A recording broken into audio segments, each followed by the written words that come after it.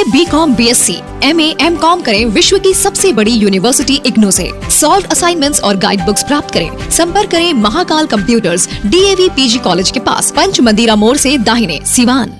सिवान का एकमात्र hood hallmark showroom Payal jewellers, the wedding jewellery collection. महंगाई की इस दौर में मात्र 1.5 लाख से शुरू। शादी की शॉपिंग करें पायल ज्वेलर्स से, क्योंकि हम ग्राहक नहीं रिश्ते बनाते हैं। हमारे यहाँ सोने चांदी एवं डायमंड ज्वेलरी उपलब्ध है। Arabic design, Turkey, Italian, Bombay, Kolkata सभी जगहों के सामान बिना कोई शर्त और बिना एक्स्ट्रा चार्ज के, मात्र 9% के मेकिंग चार्ज के साथ शुद्धता की गारंटी और सोने पर 100% की सिवान शहर के एक निजी होटल में इमारते शरिया प्रतिनिधि सम्मेलन का आयोजन किया गया, जिसमें बिहार, झारखंड और ओडिशा के उलेमा, इमाम और बुद्धिजीवी वर्ग के लोगों ने शिरकत की। इस कार्यक्रम में अमीर शरीयत हजरत मौलाना सैयद अहमद वली फैसल रहमानी के साथ इमारते शरिया के कई प्रमुख लोग भी शामिल हुए। कार्यक्रम में सिवान, छपरा और गोपालगंज जैसे सैकड़ों की संख्या में पहुंचे मुस्लिम समुदाय के लोगों ने भी बढ़ चढ़कर हिस्सा लिया। वहीं मीडिया से बातचीत के दौरान अमीर शरीयत हजरत मौलाना अहमद वली फैसल रहमानी शहजादा नसीर खानकाह रहमानी मुंगेर ने बताया कि इमारतें शरिया शहर ब्लॉक और गांव-गांव जाकर अपने समाज के लोगों को एकजुट करती है और उनसे बातचीत करती है, ताकि उनके हालात और समाज के हालात से उन्हें रूबरू कराया जा सके।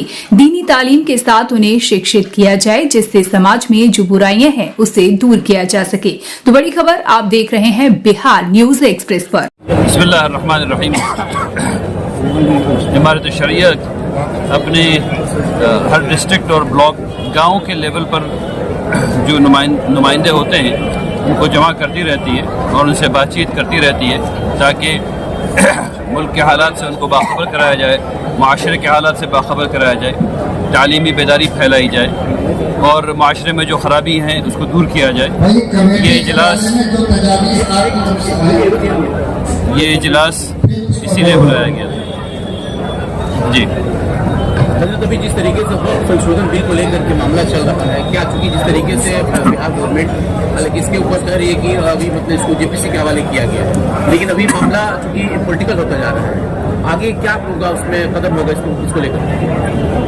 उसमें असल में इस बिल जो है इसकी 2 बैसाखियाँ हैं। एक बैसाखी JDU है, दूसरी TDP है। दोनों सेकुलर सोशलिस्ट पार्टियां हैं, ये कम से कम ये क्लेम करते हैं कि सेकुलर सोशलिस्ट पार्टियां हैं। इन लोगों को, सब लोगों को खूब पता है कि इस बिल से वक्फ की जायदाद को ख़त्म हो जाना है। तो मेरी उम्मीद तो इन दोनों पार्टियों से ये थी और है कि ये लोग इस बिल से अपने हाथ को खींच लेंगे। इस बिल से अपने हाथ को खींच लेने से इनको ना सेंटर में नुकसान है ना स्टेट में नुकसान है। तो मैं तो ऐसा समझता हूँ कि ये दोनों में से कोई एक पार्टी आवाम की हिफाजत के लिए, आवाम को जिस अमन और अमान से लोग हैं उसको रहने के लिए, इन दोनों में से किसी एक को ये फैसला ले लेना चाहिए।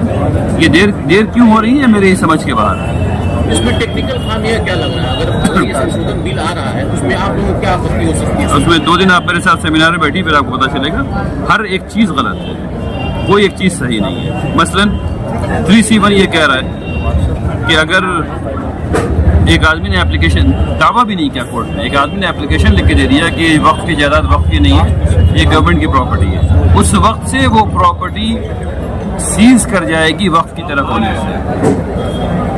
अब वो मस्जिद है, वो कब्रिस्तान है, वो स्कूल है, वो मेडिकल स्कूल है, वो कॉलेज है, अब वो सीज कर गया। अब आप उसमें ऑपरेशन कैसे करेंगे, आप काम कैसे करेंगे उसमें? ठीक है ना। तब ये लॉ एंड ऑर्डर सिचुएशन पैदा होगी कि नहीं होगी? ठीक है ना। मसलन ये कि आपने ये कह दिया कि 1963 का जो स्टैट्यूट्स ऑफ लिमिटेशन है वो ख़त्म हो जाएगा, तो हर वो आदमी जो 12 साल से ज़मीन को कब्जा करके बैठा हुआ है वक्फ की, वो तो अचानक मालिक हो गया उस ज़मीन का। अचानक अगर 12 साल से वो वक्फ पर कब्जा करके बैठा हुआ है तो ज़मीन वक्फ ही नहीं रही, अब उसकी हो गई। ठीक है ना।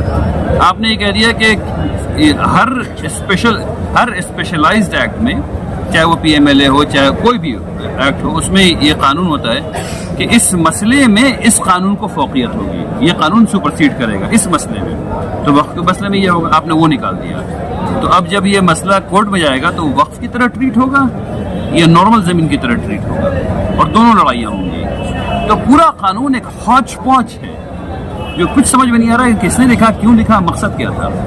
मकसद से बात ये समझ में आई कि आप सफ़ा नंबर 15, आप सब लोगों को दावत देता हूँ, पढ़ लीजिए, आप सब लोग प्रेस के लोग हैं, पढ़िए सफ़ा नंबर 15 जो उसमें स्टेटमेंट ऑफ ऑब्जेक्ट्स लिखे हुए हैं। अगर किसी को समझ में आ जाए तो मुझे आके पढ़ाइए, मुझे समझ में नहीं आ सका, ठीक है ना जी। अजमेर का जो मसला हुआ है, जिस तरह से याचिका को एक्सेप्ट कर लिया गया, उसको लेकर क्या कुछ कहेंगे? इस मुल्क की बदकिस्मती है, और क्या कहेंगे। नशा पे क्या कहेंगे? सीमान के जो यूथ है, सीमान छपरा गोपालगंज में नशा पे वो आपकी जो टीम है, आपकी जो ये, इस पे क्या काम कर रही है? देखिए, नशा एक कॉम्प्लेक्स टॉपिक है।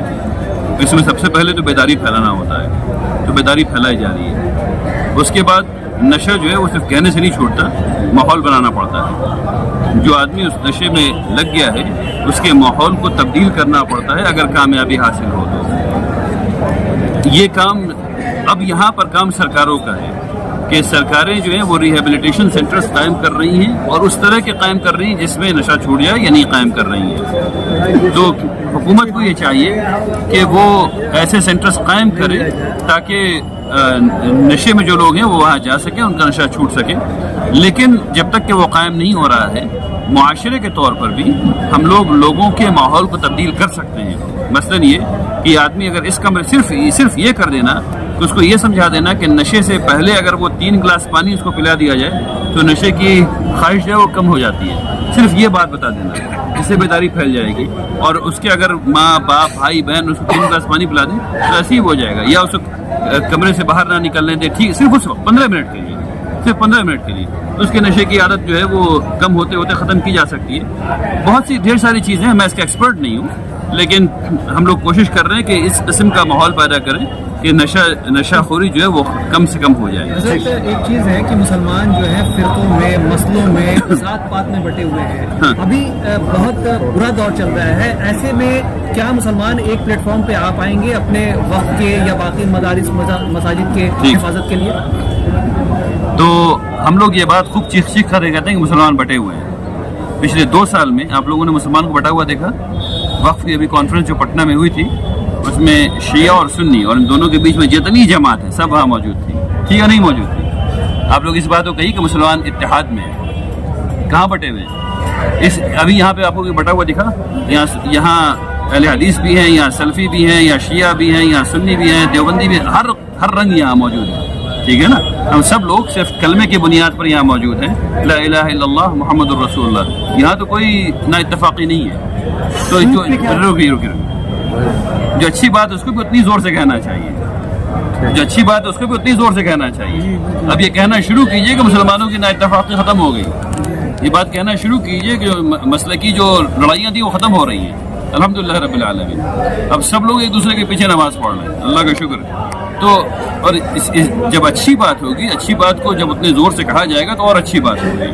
सिर्फ ख़राब बात कहने से थोड़ी काम चलता है। जो अच्छी बात होगी उसको भी रिपोर्ट कीजिए इंशाअल्लाह, ठीक है।